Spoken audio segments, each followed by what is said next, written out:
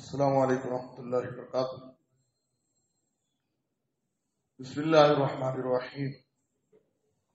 عن عبد اللہ بن عباس رضی اللہ تعالی قال قال رسول اللہ صلی اللہ علیہ وسلم اغتنم خمسا قبل خمس، شبابك قبل حرمك، وصحتك قبل سقمك، وغناك قبل فقرك، وفراغك قبل شغلك، وحیاتک قبل موتک۔ رواہ الحاکم۔ محترم حضرات، آئے دن ہم اور آپ اپنے آس پاس میں اپنی نظروں سے اور دور دراز کے علاقوں میں خبروں کے ذریعے مختلف قسم کے حادثات کے بارے میں سنتے ہیں۔ فلاں جگہ ایسا حادثہ پیش آیا اور یہ نقصان ہوا، اتنی جانیں تباہ ہوئی، یہ پریشانی آئی، بہت سارے حادثات پیش آتے رہتے ہیں۔ ابھی پچھلے دنوں ٹرین کا ایک بڑا حادثہ اڑیسہ کے ایک بستی میں پیش آیا۔ خبروں کے مطابق 300 سے زائد لوگ موت کا شکار ہوئے، 1000 سے زائد لوگ زخمی ہیں۔ جو لوگ انتقال کر گئے ہم ان کے اہل خانہ سے اظہار تعزیت کرتے ہیں، اور جو ابھی زخمی ہیں ان کے بارے میں دعا فرمائے اللہ تعالیٰ ان کو شفائے کلی عطا فرمائے، اور جو ان کا علاج ہو رہا ہے اللہ تعالیٰ ان کو ان کے علاج میں کامیابی عطا فرمائے، اور اللہ تعالیٰ ہم سب کو ہر قسم کے چھوٹے بڑے تمام حادثات سے محفوظ رکھے، آمین۔ حادثات سے متعلق 2-3 باتیں آپ کے سامنے عرض کرنی ہیں۔ سب سے پہلی چیز یہ ہے کہ حادثات ہم اپنے نظروں سے دیکھتے ہیں، اس کی خبریں سنتے ہیں، اور بس اس کو ایسے ہی معمولی سمجھتے ہیں اور اس کو اپنے ذہن سے نکال دیتے ہیں، بھلا دیتے ہیں۔ ان سے ہم کو نصیحت، عبرت اور نصیحت پکڑنا چاہیے۔ سب سے پہلی چیز یہ ہے کہ حادثات سے ہم عبرت اور نصیحت حاصل کریں۔ دیکھیے، لوگ ٹرین کا سفر کر رہے ہیں، اتنے سارے لوگ جن کی اموات ہوئی، کوئی کسی مقصد سے سفر کر رہا تھا، کوئی کسی مقصد سے سفر کر رہا تھا۔ کس کو یہ کیا خبر تھی کہ اس کا یہ سفر آخری سفر ہو جائے، اور چند لمحوں پہلے بات چیت کرنے والا وہ چند گھڑیوں میں دنیا سے چلا گیا۔ تو یہ زندگی کی یہی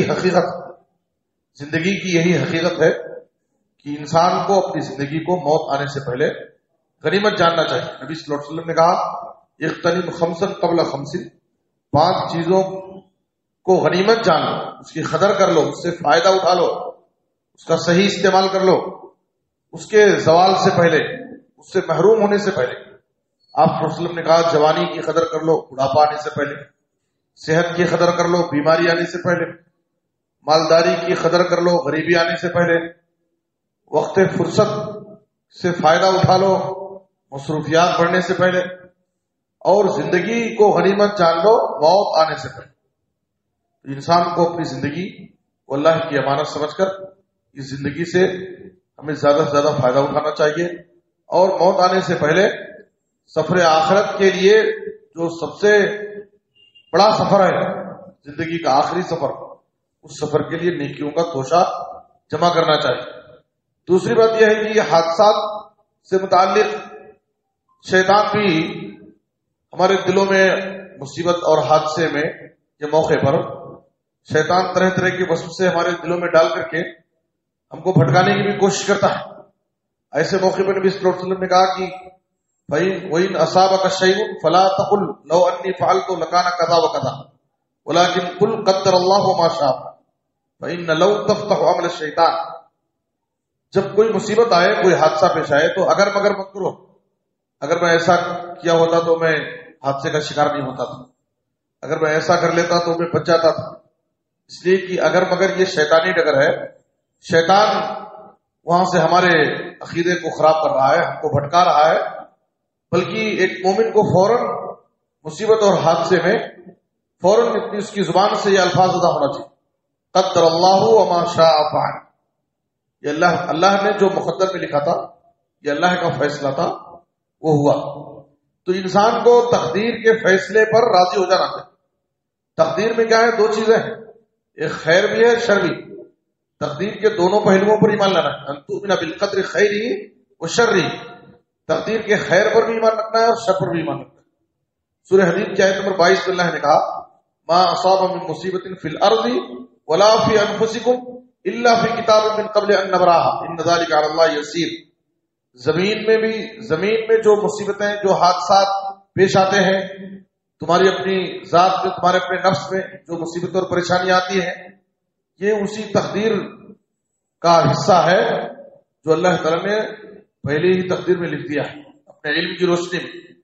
تو ہم کو اگر مگر کے چکر میں نہیں جانا چاہیے، بلکہ تقدیر کے فیصلے پر راضی ہو جانا چاہیے، یہ دوسری چیز ہے۔